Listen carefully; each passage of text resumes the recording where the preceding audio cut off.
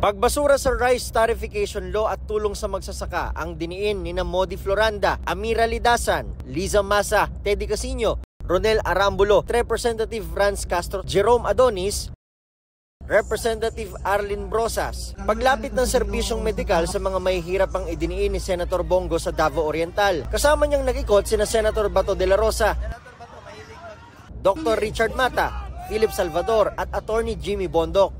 Pagpapaunlad ng turismo ang isa sa itinutulak ni Senator Lito Lapid. Nag-motorcade sa Naik Cavite si Representative Rodante Marcoleta.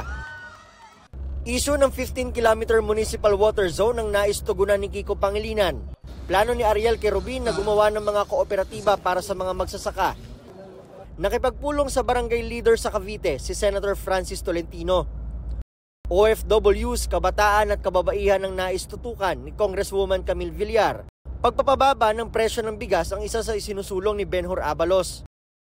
Libre at kumpletong health services para sa Pilipino ang nais ni Nurse Alin Andamo. Nag-ikot sa Aklan si Bam Aquino. Libreng maintenance medicine ang isa sa prioridad ni Mayor Abby Binay. Si Representative Bonifacio Bosita tututukan daw ang sektor ng transportasyon.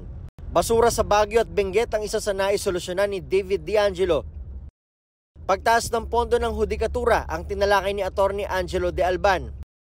Patuloy naming sinusundan ang kampanya ng mga tumatakbong senador sa eleksyon 2025. Nico Wahe, nagbabalita para sa GMA Integrated News.